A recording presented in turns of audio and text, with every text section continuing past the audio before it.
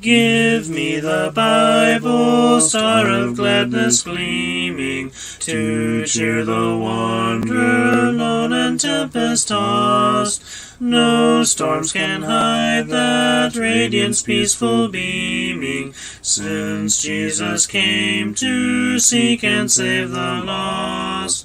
Give me the Bible, holy message shining, thy light shall guide me in the narrow way. Precept and promise, law and love combining, till night shall vanish in eternal day. Give me the Bible when my heart is broken, when sin and grief have filled my soul with fear. Give me the precious words by Jesus spoken. Hold up faith's lamp to show my Savior near. Give me the Bible, holy message shining, thy light shall guide me in the narrow way. Precept and promise, law and love combining, till night shall vanish in eternal day. Give me the Bible, all my steps enlighten, teach me the dangers of these realms below. That lamp of safety o'er the gloom shall brighten, that light alone the path of peace can show. Give me the Bible, holy message shining, thy light shall guide me in the narrow way. Precept and promise, law and love combining, till night shall vanish in eternal day. Give me the Bible, lamp of life immortal, hold up the splendor by the open grave. Show me the light from heaven's shining portals, show me the glory gilding Jordan's wave. Give me the Bible, holy message shining, thy light shall guide me in the narrow way. Precept and promise, law and love combining, till night shall vanish in eternal day.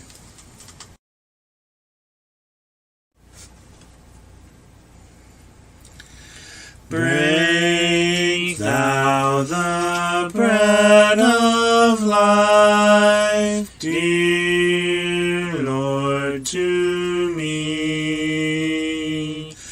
as thou didst break the loaves beside the sea.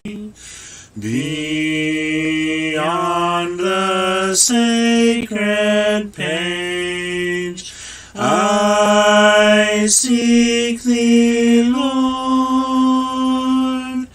My spirit pants for thee, O living word.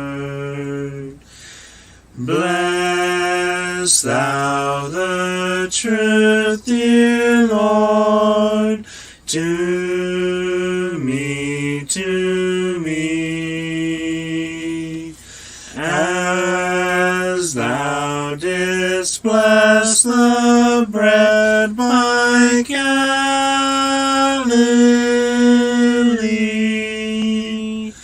Then shall all bondage cease, all fetters fall, and I shall find my peace, my all in all.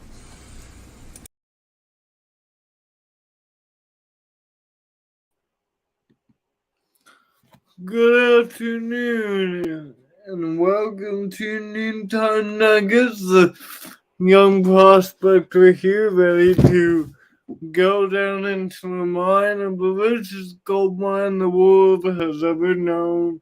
That be the pages of God's most holy word, for there be gold in their pages. Let's read.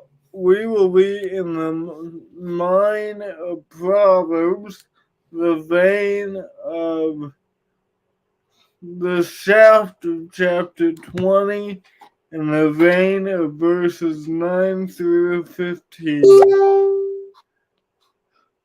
Who can say, Pat, who can say I have made my heart clean? I am pure from sin. Diverse weights and diverse measures, they are both alike an abomination to the Lord.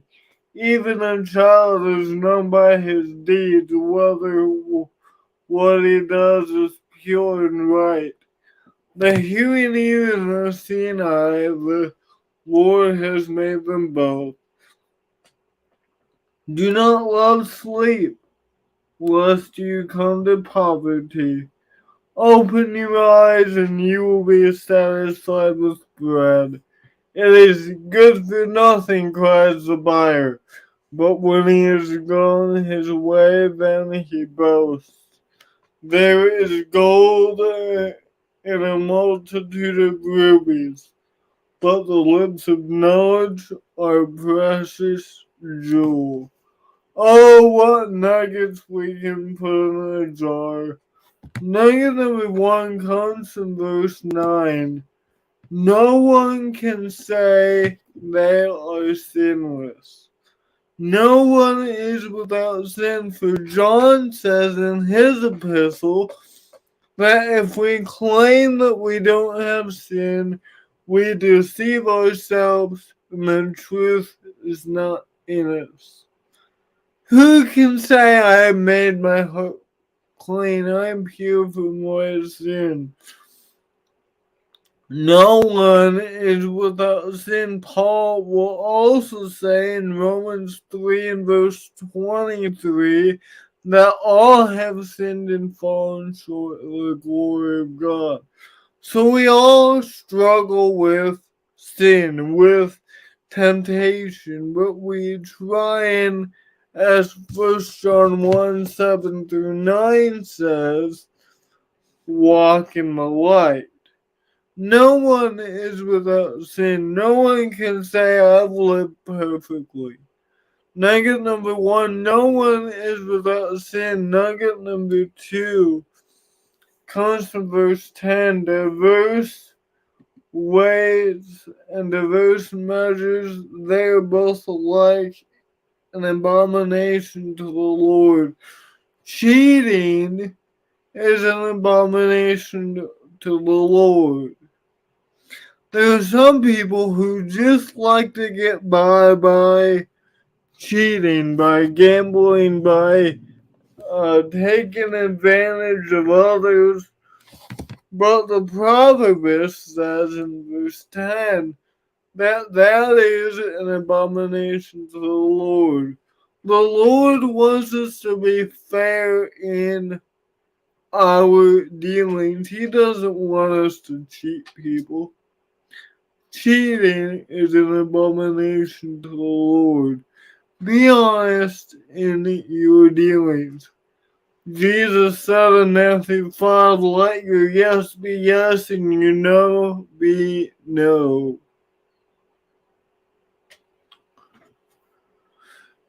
Our next nugget number 3 comes from verse 11. Even a child is known by his deeds, whether what he does is pure and right.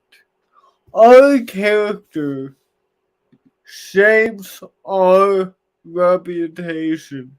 People know us by what we do. by the way we act. Uh, are we a honest person? Are we a hot-headed person?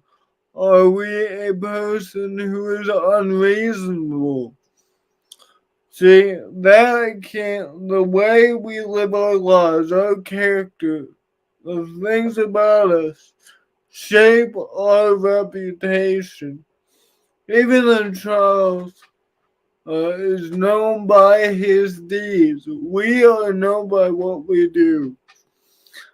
See, what we do makes a perception of us, makes a people perceive what kind of person we are by the things we say, how we treat other people, how we respond to certain situations.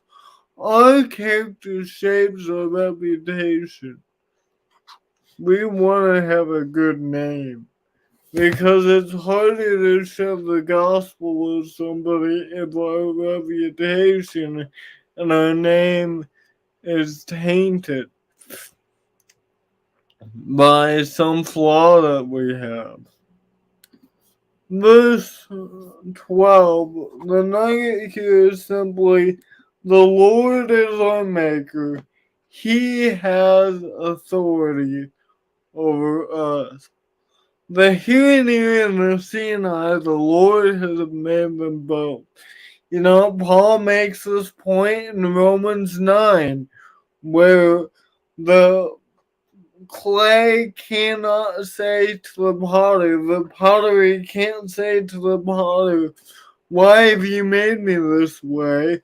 The pottery just needs to obey the will of the potter and the way he was made and fashioned. He is supposed to obey the will of the potter, but we who have been made in the image of God, that means then the Lord has authority over us. The Lord is our maker. He has authority over us, and we do not get to dictate. We do not get to dictate what the Lord does. He barks the orders, and we listen. Nugget number 5, if you are lazy, you will not accomplish anything. Verse 13, do not love sleep lest you come to poverty. Open your eyes and you will be satisfied with bread. The Lord wants us to work. Paul says we've mentioned this a bunch of times in this broadcast. That he says to the Thessalonians, if a man does not work, neither shall he eat. And so, if you're lazy, you won't accomplish anything. We have work to do. Let's not be lazy. It's easy to sit on the couch and eat bonbons and watch Netflix all day, but we have stuff that we need to do in the kingdom. And I'm preaching to myself here too. Sometimes it's easier to just sit back and relax, and there's nothing wrong with that, but we need to be working. If you're lazy, you won't accomplish anything. Open your eyes, seize the moment, and be satisfied. And the last nugget comes from verse 15. The lips of knowledge are a precious jewel. There is gold and a multitude of rubies, but the lips of knowledge are a precious jewel. We need to gravitate to those who are wiser. those who have experienced life longer. We need their knowledge. We need their guidance, their protection, and we need their advice. The lips of knowledge are a precious jewel. They're worth more than anything we can dream of. So our nuggets are these. No one is without sin. Nugget number one. Cheating is an abomination to the Lord. Nugget number two. Our character shapes our reputation. Nugget number three. Nugget number four. The Lord is our maker. He has authority over us. Nugget number five. If you are lazy, you will not accomplish anything. And nugget number six. The lips of knowledge are a precious jewel. Oh, what nuggets we can put in a jar. That way, when we stand before the great judge on that great notable day, and he says the gold we have to offer, we'll hear, "Well done, there, good and faithful servant. Enter into the joy of your Lord." The young prospector here is signing off, telling you that there'll be gold in their pages. I'll see you in the next adventure. God bless.